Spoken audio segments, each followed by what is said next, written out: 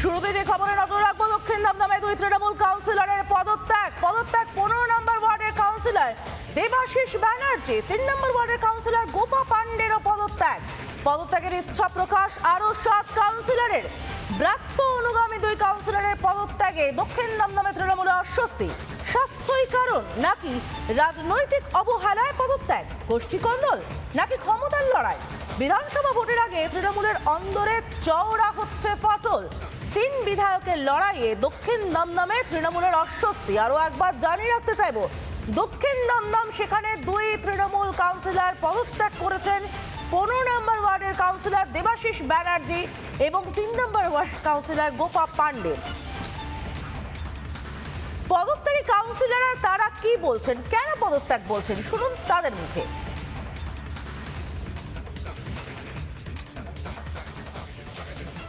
আমার অপরাধ একটাই, মমতা বন্দ্যোপাধ্যায়, অভিষেক বন্দ্যোপাধ্যায়, এই প্রাপ্ত বসু, সৌগত রায়, এদের কর্মকাণ্ড মানুষের কাছে পৌঁছে দিতে দিয়ে আমি মানুষের আস্থা অর্জন করতে পেরেছি।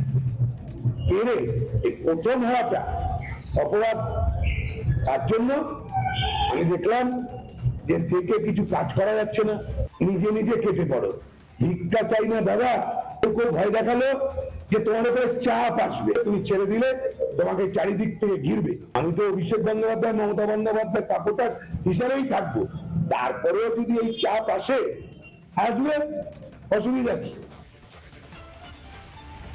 অসুস্থ, তার জন্যই আমি আজকে পদত্যাগ পত্রটা আমি দিয়েছি এসডিও সাহেবের কাছে এবং পৌর প্রধানের কাছে দিয়েছি, যাতে বিবেচনা করে দেখেন বিষয়টি।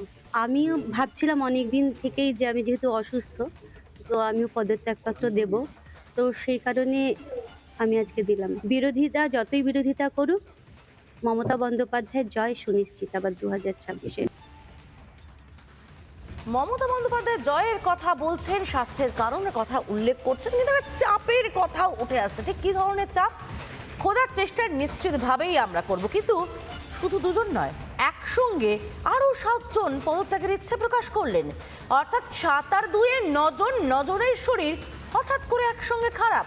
আচ্ছা শুনুন বাকি 7 কাউন্সিলরদের মধ্যে কে কি বলছেন, কেনই বা এইভাবে একের পর এক কাউন্সিলররা পদত্যাগের ইচ্ছা প্রকাশ করছেন।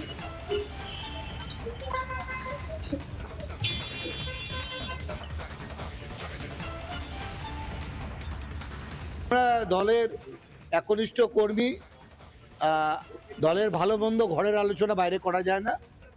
আমাদের যদি নিজেদের কোনো ত্রুটি বিচ্যুতি সংসারে থাকে, সেটা দলের গার্জিয়ান, উচ্চ নেতৃত্ব, তাদেরকে যে জানিয়ে আমরা আমাদের মতামত তখন নেব।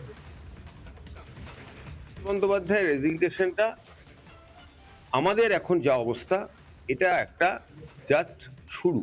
কোনো না কোনো ঘটনা কেউ না কেউ তো শুরু করে, কিন্তু আমরা এখানে যারা কাউন্সিলর আছি, আমরা তার সঙ্গে সকলেই আছি এবং আমাদের বেশ কিছু বক্তব্য দীর্ঘদিন ধরে আমরা দলের কাছে জানাচ্ছি, কিন্তু কোনোভাবেই আমরা কোনো সুবিচার বা সুরাহা পাচ্ছি না।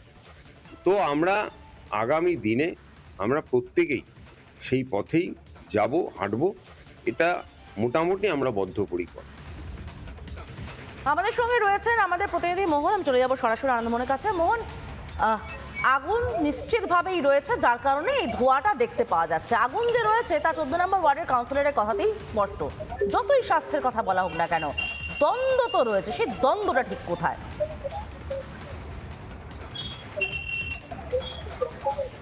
একেবারে সমাজিতা তোমার বলে দিই যে দমদম যে বিধানসভা, এই যে দক্ষিণ দমদম পৌরসভার যে 25 জন কাউন্সিলর রয়েছে, তার মধ্যে এক সংখ্যা হচ্ছে ব্রাত্য বসু, যিনি দমদমের বিধায়ক, সুজিত বসু যিনি বিধাননগরের বিধায়ক, আর রায়ান গোপালপুর বিধায়ক হচ্ছেন অদিতি মুন্সি। অর্থাৎ 3 জনের যে বিধায়কের এলাকা, তার মধ্যে কিন্তু বিভিন্ন কাউন্সিলর রয়েছে এই বিধায়কদের এলাকার মধ্যে থেকে। দমদমের ইতিমধ্যে 2 জন, অর্থাৎ 15 নম্বর ওয়ার্ড এবং 3 নম্বর ওয়ার্ডের পৌরপিতা, তারা কিন্তু জানিয়েছেন যে তারা পদত্যাগ করছেন। এবং আমরা এখানে আমরা রয়েছি যে এই যে দমদমের মানুষ, এই যে তাদের পদত্যাগ। দমদমের ভাই, আপনি কোথায় থাকেন? দমদম। আপনি কি জানেন যে দুজন কাউন্সিলর পদত্যাগ করেছে? হ্যাঁ শুনেছি, খবরে দেখেছি, আপনাদের মাধ্যম দিয়েই দেখানো হয়। এই দিয়ে কি আপনাদের কাজে কি সমস্যা হবে? না, সমস্যা কিছু নেই। আর তৃণমূল দলটা আসার পর থেকে বাংলায় মানুষের অসুবিধা হয়ে গেছে, তা ওর পদত্যাগ করলে আমাদের মনে হয় সুবিধাই হবে, মানে আপনি পশ্চিমবাংলার মানুষের সুবিধা হবে। দাদা কি বলবেন? দমদমে দুজন পদত্যাগ করেছেন, কি বলবেন? কি বলবো দাদা, ভালো লাগে না, তাই করে অসুস্থ। আপনারা কি পরিষেবা পাচ্ছেন দমদমের মানুষ? হ্যাঁ অবশ্যই পাই, অবশ্যই পাই। দাদা দমদমের দুজন কাউন্সিলর পদত্যাগ করেছেন, কি বলবেন আপনি দমদমের বাসিন্দা হিসেবে? কিছু বলার নেই। অর্থাৎ তো আমরা দেখতে পাচ্ছি যে নানান রকমের প্রতিক্রিয়া ইতিমধ্যে আসছে, এবং আমরা একটুখানি কথা বলবো, এখানে বেশ কয়েকজন বিজেপির রয়েছেন। দাদা কি বলবেন আপনারা? দেখুন, সাউথ দমদম মিউনিসিপ্যালিটি আমাদের তিনটে বিধানসভার মধ্যে ভাগ আছে, ঠিক আছে? একটা রাজারহাট গোপালপুর, একটা হচ্ছে বিধাননগর এবং দমদম। এই উপরের নেতৃত্বর ভাইপো ইনক্লুডের মধ্যে এদের একটা খেলা হচ্ছে, এরা কাদের লোক এখানে বসাবে। আর এই পুরো খেলাটা হচ্ছে 25-75-এর খেলা, কাটমানিটা কার কাছে যাবে। ওই জন্য কিছুদিন আগে একটা সাংগঠনিক রদবদল হয়েছে আমাদের। দাদা কোথাও কি মনে হচ্ছে যে মানে এই দর কষাকষির জন্য পদত্যাগ? শুনুন, সাউথ দমদম মিউনিসিপ্যালিটিতে দর কষাকষির জন্য পদত্যাগ কিনা আমি তো বলতে পারবো না, কারণ আমি নাট্যকার নই। নাট্যকার বলতে পারবে স্ক্রিপ্টটা কিভাবে লেখা হয়েছে। তবে এইটুকু বলতে পারি, দমদমে তৃণমূলের মুসল পর্ব শুরু হয়েছে। এক কথায় বলতে গেলে তৃণমূলের মুসল পর্ব শুরু হয়েছে। সেটা 75-25 হতে পারে, সেটা 60-40 হতে পারে, কারণ এখানে মানুষ স্কোয়ার ফিটের ভাষা বোঝে, পার্সেন্টেজের ভাষা বোঝে। তাই আমি একটা কথাই বলবো, 2026-এ তৃণমূলের বিসর্জন আমি একদম নিশ্চিত হয়ে গেছি। একদম একদম। দাদা প্রবীর পাল কোঅর্ডিনেটর হয়েছেন 3 দিন আগেকার ঘটনা। এই যে ঘটনা, এই যে দলের পদত্যাগ, কোথাও কি সেটার মনে হচ্ছে আপনার যে প্রবীর পাল দল দায়িত্ব পেয়েছে? সাধারণ মানুষের কি আছে দাদা? প্রবীর পাল কোঅর্ডিনেটর হয়েছে তৃণমূলে, তাদের সাধারণ মানুষের কি এলো গেল? সাধারণ মানুষের কিচ্ছু আসে যায়নি দাদা। দর কথা পর্যন্ত চলছে। ধরো এগুলো দলের অভ্যন্তরীণ, ওদের দলের গোষ্ঠীদ্বন্দ্বের ব্যাপার। সাধারণ মানুষের কোনো উপকার হয়েছে? দমদমের রাস্তা, দমদমের ব্রিজের তলের সমস্যা কি এদের মিটবে? যারা যাতায়াত করছে তারা জানে দাদা, কে কোঅর্ডিনেটর হলো কি হলো, এদের সাধারণ মানুষের কিছু যায় আসছে না। একেবারে আমরা কথা বলে, এখানে অনেকে আছেন।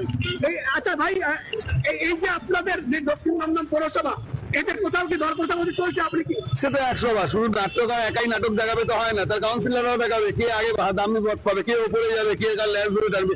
এটা ওদের দলের অভ্যন্তরীণ ব্যাপার। আর সত্যি কথা, 2-3 মাস পর তার দলটাই থাকবে না, ঠিক আছে?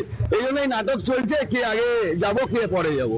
কোথাও কি মনে হচ্ছে যে এইখানে অদিতি মুন্সির লোক এখানকার চেয়ারম্যান, সুজিত বোসের লোক এখানকার ভাইস চেয়ারম্যান, কোথাও কি মনে হচ্ছে ব্রাত্য বসু ব্রাত্য থেকে গেছে? না না, এসব এদের নাটক, সবাই এক। এরা মুদ্রা রেপিট আর রেপিট, আর ওই কাটমানির খেলা, খালি 25-75-এর খেলা। দাদা একটা বিষয় হচ্ছে যে কদিন আগে এখানে একজন নতুন কোঅর্ডিনেটর হয়েছে দলের, সেটার জন্য কি এইগুলো দেখানো হচ্ছে? না না, দেখুন, কোঅর্ডিনেটর কে হয়েছে সেটা ওদের দলের আভ্যন্তরীণ ব্যাপার, এই ব্যাপারে তো আমাদের বক্তব্য নেই। তবে আমরা এইটুকু বুঝতে পারছি, কান পাতলে শুনতে পারবেন। কারণ দেবাশিস বন্দ্যোপাধ্যায় সেদিন প্রেস মিটে বলছিল যে 21 সালে যারা নাকি দলের সঙ্গে গাদ্দারি করেছিল তৃণমূলের সঙ্গে, তারাই নাকি এখন দেবাশিস বন্দ্যোপাধ্যায়দের মাথার উপরে বসিয়ে দিয়েছে দলের ঊর্ধ্বতন কর্তৃপক্ষ। তাহলে স্বাভাবিকভাবে এইটা আমরা বলতেই পারি যে যেহেতু কোঅর্ডিনেটর হয়েছে, তাই তার জন্য এদের এই জিনিস শুরু হয়েছে, এই নাটক শুরু হয়েছে। সেটা কি নাম? কার কি নাম? এই যে তাদের মাথায় দেবাশিস বন্দ্যোপাধ্যায়। না, এই তো আপনি তো প্রশ্ন করলেন, প্রবীর পালকে যে কোঅর্ডিনেটর করা হয়েছে, এই প্রবীর পালের সম্বন্ধেই তো দেবাশিস বন্দ্যোপাধ্যায় প্রেসকে বলেছে যে 2021 সালে যারা তৃণমূলের সঙ্গে গাদ্দারি করেছিল তাদেরই নাকি এখন তৃণমূলের মাথায় এনে বসিয়ে দিয়েছে। আর এরা বার্তই থেকে গেছে দলের কাছে, তাই এরা প্রতিবাদ করছে। একেবারে আমরা আরো মানুষ রয়েছেন দমদমের, কি বলবেন দাদা? এই যে আচ্ছা, কথা বলতে চাইছেন না, অর্থাৎ দেখো এখানে কিন্তু প্রচুর মানুষ রয়েছেন, অনেকে কথা বলতে চাইছেন, অনেকে কথা বলতে চাইছেন না। দাদা কি বলবেন যে এই কোথাও কি খানা? দেখুন, আমি একটাই কথা বলবো, এই যে রেজিগনেশন দিচ্ছে কাউন্সিলররা শুনছি, যেটা অনেকে আরো দেবে শুনছি, এইগুলো নিয়ে সাধারণ মানুষের দুর্ভোগ কিন্তু যাচ্ছে না। আর একটা কথা বলছি, এখন এই 2026 সালের পরে যে ইলেকশন নির্বাচন হবে এখানে, তারপরে মানুষ এদেরকে সবাইকে গণ রেজিগনেশন দিতে হবে, এই নিয়ে কোনো চিন্তা নেই। তো এরা কি রেজিগনেশন দিল, কার মাথায় কাকে বসালো, কার কাটমানির ভাগ কম হয়ে গেল আর কার বেশি হলো, এরা তৃণমূলের নেতারা চিন্তা করছে। ওই জন্য এই রদবদল, এই একে বসানো তার মাথার উপরে। আসলে হচ্ছে পয়সাটা কিভাবে এখান থেকে দমদম থেকে তুলবে। সাধারণ মানুষ এদেরকে বুঝে গেছে, সাধারণ মানুষ এদের সাথে নেই। আগামী 2026-এর নির্বাচনে তৃণমূলের বিসর্জন অনিবার্য। এবং এই যে কজন আপনারা দেখতে পাচ্ছেন আজকে নানা ধরনের কন্টেন্ট দেখার জন্য লাইক করুন, শেয়ার করুন আমাদের ফেসবুক পেজ, সাবস্ক্রাইব করুন আমাদের ইউটিউব চ্যানেল। পাশাপাশি অন্যান্য ব্রেকিং নিউজের জন্য অবশ্যই চোখ রাখুন রিপাবলিক বাংলায়।